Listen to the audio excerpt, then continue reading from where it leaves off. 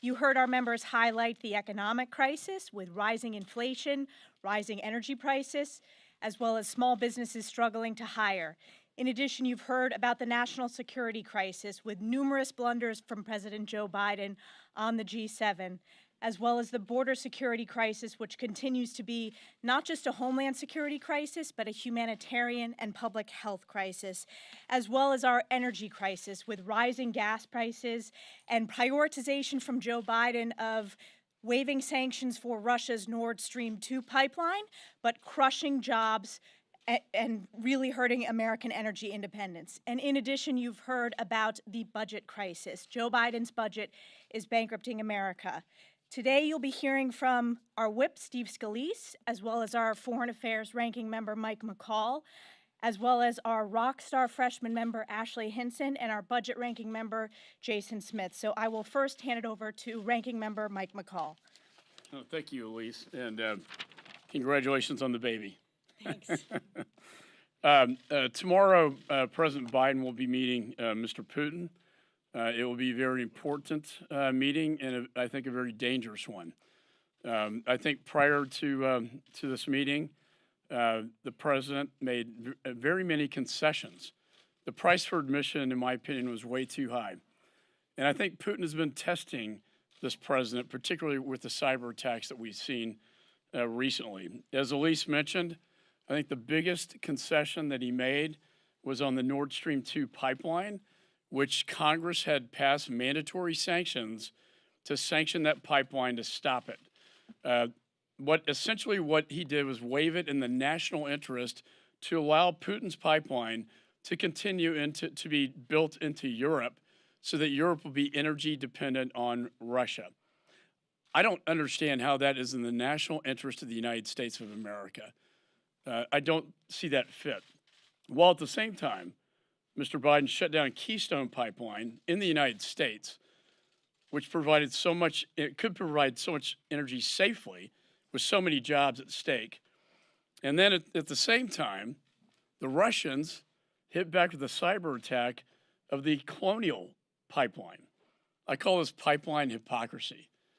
The Russians attacking us in a cyber attack, Colonial Pipeline, the Russians attacking us with solar winds, Russian attacking our beef, food industry, and Russians attacking the State Department. Nation state and organized crime, mafia, all related to Mr. Putin. What is the president going to say to him? I think he should stand up. I think he should say no more. We're not going to take this anymore. We are going to respond. There will be consequences, and we are going to hit you back. And I think he needs to be clear about this. Otherwise, bad behavior will continue. And make no mistake, Mr. Putin is testing the resolve of President Biden in these attacks. And then lastly, the G7, while I applauded their condemnation of the PRC, the Chinese Communist Party, I do think the delegation of this investigation into the lab to the World Health Organization, which has stumbled every step of the way, have been complicit in the cover-up of COVID-19. What we need are serious scientists, investigators to go into that lab to uncover the truth, because many things have come out recently that raise a lot of questions about that lab, including 3 of the researchers that came down with COVID-like symptoms in November of 2019, including the fact that the military was at that lab since 2017, and then the head of the Chem Bio, the general in charge of that for the PLA, was put in charge of the lab in January of 2020 to basically control the situation. Finally, the gain of function, the fact that they were doing genetic modification at that lab raises serious questions about the origins of COVID-19. We deserve the truth, the American people, the world, so that this never happens again. And with that, I'll turn it over to our birthday boy, Jason. Thank you, sir. It's a birthday week, but thank you, Mr. McCall. What happened last night on the floor, in my opinion, was a great show of disrespect for all Americans. The fact that a resolution was passed with just one sentence that adopted H.R. 467, which is over $1.5 trillion of spending without any debate, is unacceptable. And it shows a complete lack of transparency. And my question would be, is why did Washington Democrats not want to have debate on President Biden's budget? Is it because President Biden's budget creates $17 trillion to the deficit over the next 10 years? Is it because his budget raises our taxes higher than that of communist China?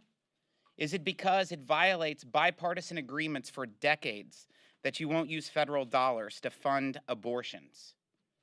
Is it because it's wanting to spend $80 billion to hire 87,000 tax auditors to target Americans?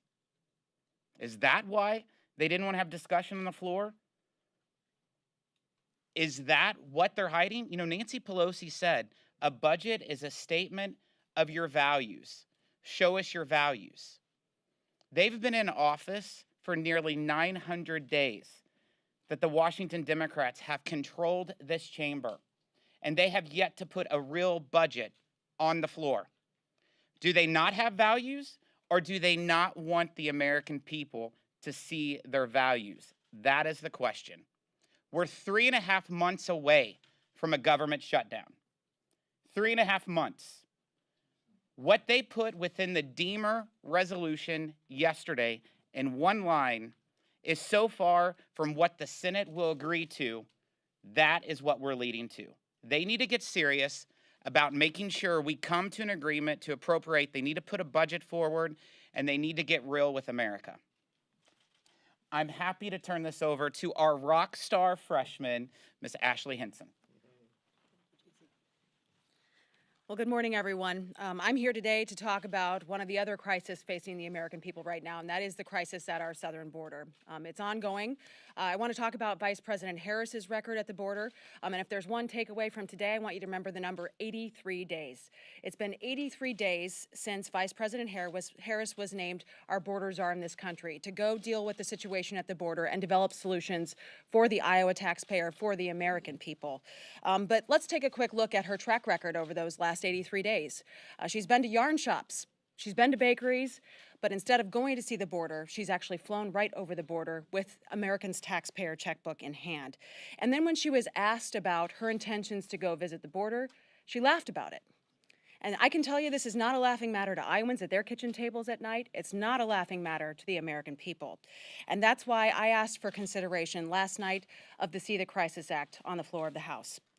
It's our job as members of Congress, no matter what party we are, to hold the administration accountable when they are failing the American people. And right now, the Biden administration is failing the American people in this regard. Securing our border must be a priority for the Vice President. It must be a priority for this administration, because I can assure you it is a priority for Iowans and Americans right now. Illegal immigration is at record highs, more than 180,000 crossings in May alone, dangerous drugs crossing our border. So we need to go back to policies that work for this country to keep us safe and secure. We need to restart that construction on the border wall. We need to stop the policies of catch and release. Now, as of last night, every Democrat is on the record that they do not believe it should be a priority for Vice President Harris to go to the border, see it in person, and prioritize safety and security for the American people. So our Republican conference, we're going to continue to prioritize this. We're going to work to keep our constituents safe, and we can all say we tried to do that on the floor last night. But the Biden administration continues to turn a blind eye to this crisis. But we can tell you, we see the crisis clearly. Thank you, and it's my job now to turn it over to our whip, Steve Scalise. Thanks so much, Ashley. Appreciate your leadership on this. And look, this border crisis is unfortunately one of many crises that we're seeing from this Biden administration that they refuse to confront. And the border crisis is a clear example of a catastrophe that was created by President Biden's own actions that can only be fixed by President Biden, and he could fix it today. The fact that Vice President Harris refuses to do her job and go to the border shows you that they know how bad it is, and she doesn't want to see it so that she can try to deny it exists. But it's real. When she was asked just the other day by Lester Holt, after she tried to insinuate that she's been to the border, which is not accurate, he challenged her on it. He said, no, you haven't been to the border. And then she just gives this bizarre laugh and says, well, I haven't been to Europe either. I don't know if Vice President Harris understands the crisis is not in Europe, it's at America's southern border, and she and President Biden created it. They could fix it today if they just reinstated those policies that were working. Remain in Mexico was an agreement President Trump had actually negotiated with the president of Mexico, and it was controlling our southern border. The wall, the barrier, if President Biden doesn't like President Trump, he can call it something different, but it was working. The agreement with the Northern Triangle countries were working, and he reversed all of those things to devastating consequences. If you wonder how bad it is, just look at what happened over the weekend. McAllen, Texas elected a Republican mayor. This is a heavy Democrat city right on the front lines. I know when I went a few weeks ago and brought 10 members of the whip team with me to the southern border at the Rio Grande, we were in McAllen, Texas. And it's probably the worst example of where President Biden's policies have failed people on the ground. But look at what they did. They just elected a Republican mayor who promised to get tougher on the border. This isn't just a Republican issue. There are Democrats as well that demand that we get control over our southern border. President Biden will not confront this issue, and Vice President Harris is nowhere to be found. She needs to do her job and get down to the southern border. And then more than that, she also needs to work with President Biden to correct the problems that they created. Unfortunately, they've created a lot of other problems. Just today, the Consumer Production Index came out this morning, and we saw a 6.6% increase. That's the largest increase ever. Families all across America are seeing inflation. Unfortunately, it's here, it's real, and it's getting worse. If you're a family today, you're paying about 45% more at the pump for gasoline than you were a year ago. Futures for oil today just hit around $100 a barrel. OPEC is now relevant on the world market again as a cartel because President Biden shut down American production. Elise talked about it. Chairman McCall talked about it. But think about this. On day one, President Biden killed the Keystone Pipeline, crushing thousands of American jobs and undermining our relationship with Canada. This is Canadian oil that was going to be coming down to America, creating American jobs to refine that oil in America. And President Biden said no to that. But then literally days after Russians hacked our pipeline in the Northeast, President Biden gets a financial gift to Putin by allowing and greenlighting the Nord Stream pipeline between Germany and Russia. And so it is just perplexing to see that President Biden said no to American energy jobs and American pipelines, but yes to Russian jobs, Russian pipelines, and Russian dominance over our allies. This is real dangerous policy that's happening right now before our very eyes that President Biden has created. It's why families are paying more at the pump. His policies are why today, if you buy a new home, you're paying over $30,000 more for that home than a year ago. President Biden needs to be working with Congress to fix these problems. You don't see a bill on the floor this week or next week's schedule to address any of these crises that we've talked about. To stand with Israel. Why won't President Biden stand up to the anti-Semites in his own party?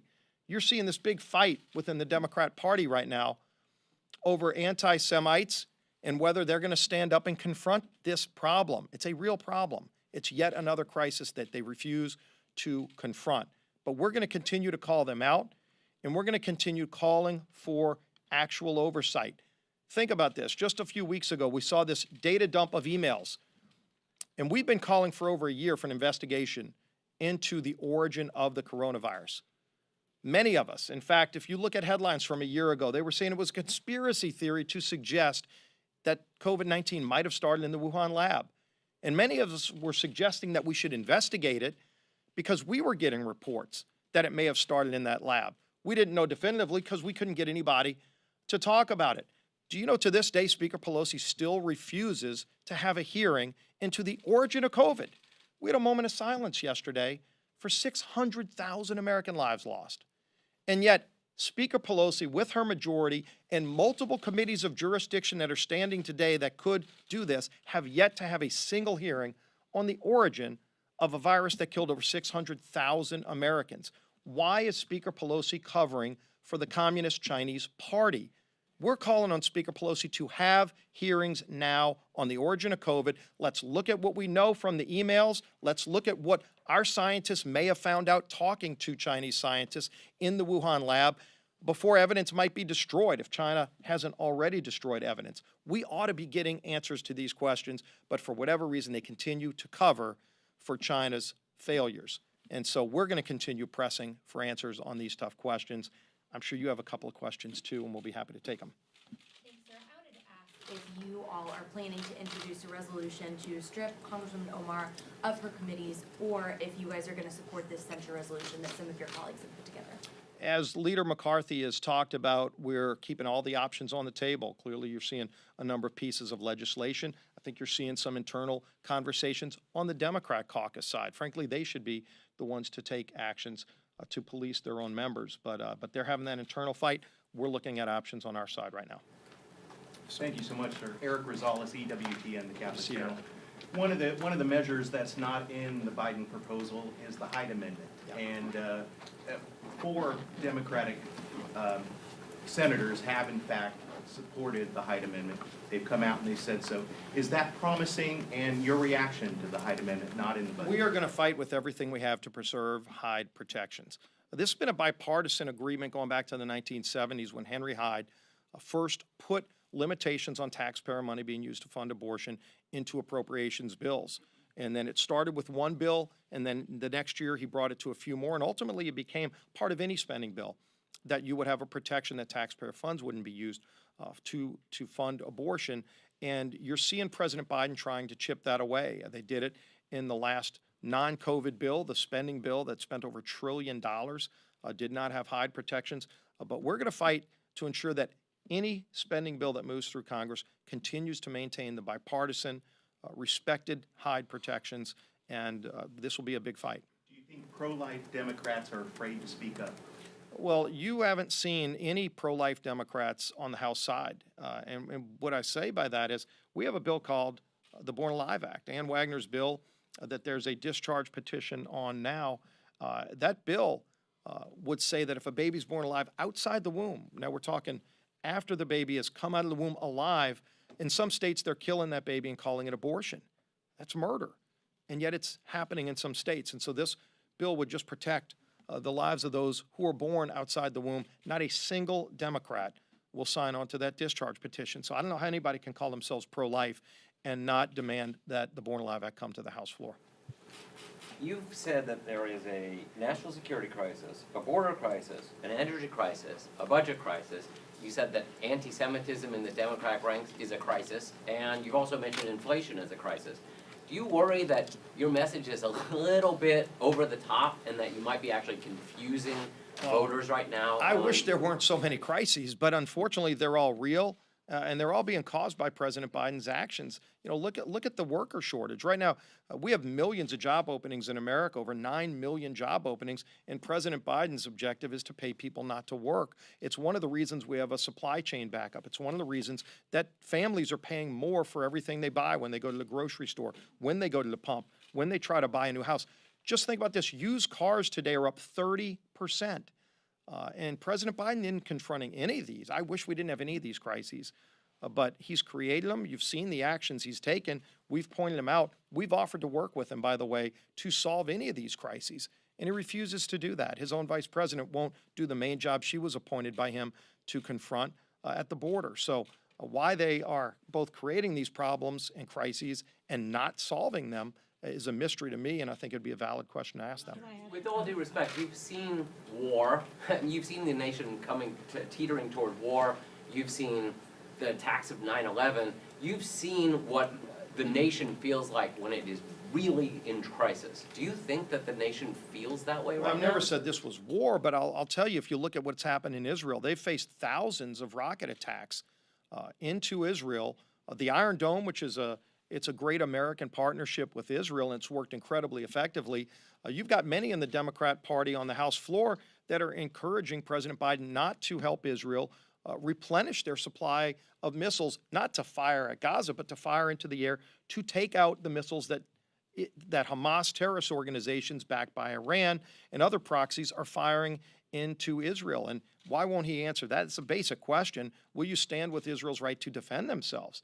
And so, you know, if you don't view those as crises, maybe we differ. Again, that's not war in America, but clearly if you ask someone in Israel, They feel like they're under attack, and they want to see their allies, especially America, having their back when they're under attack by terrorist organizations. Yeah. I have a question for Congresswoman Stefanik as a member of Intel. Do you have any concerns with reports that the Trump-era DOJ seized records from members of Congress and reporters? And would you want to see Sessions and Barr come testify? Well, first of all, having served on the House Intelligence Committee, we've seen illegal leaks from our colleagues on the House Intelligence Committee, and there have been numerous referrals to the Department of Justice. So I think it's important that the Department of Justice determine if there were any illegal leaks by members of Congress or their staff members. Let's also be perfectly clear here that Adam Schiff, as chairman of the House Intelligence Committee, released information regarding the ranking member, Devin Nunes' phone calls, as well as reporters. That is unethical. Frankly, I believe that's illegal. In terms of the testimony, I certainly think the Inspector General is going to look into this, whether there was any overreach by the Department of Justice. But make no mistake, there have been illegal leaks from members of Congress. That's a national security risk. That is a federal crime. It's very serious, and we want to make sure that the Department of Justice is able to pursue any type of criminal illegal leaks. And just to comment on the crises question, thank you so much for embracing our effective messaging. America is in crisis in all of those issues, and that's why it resonates not just with Republicans, but with Democrats and independents. Thank you very much.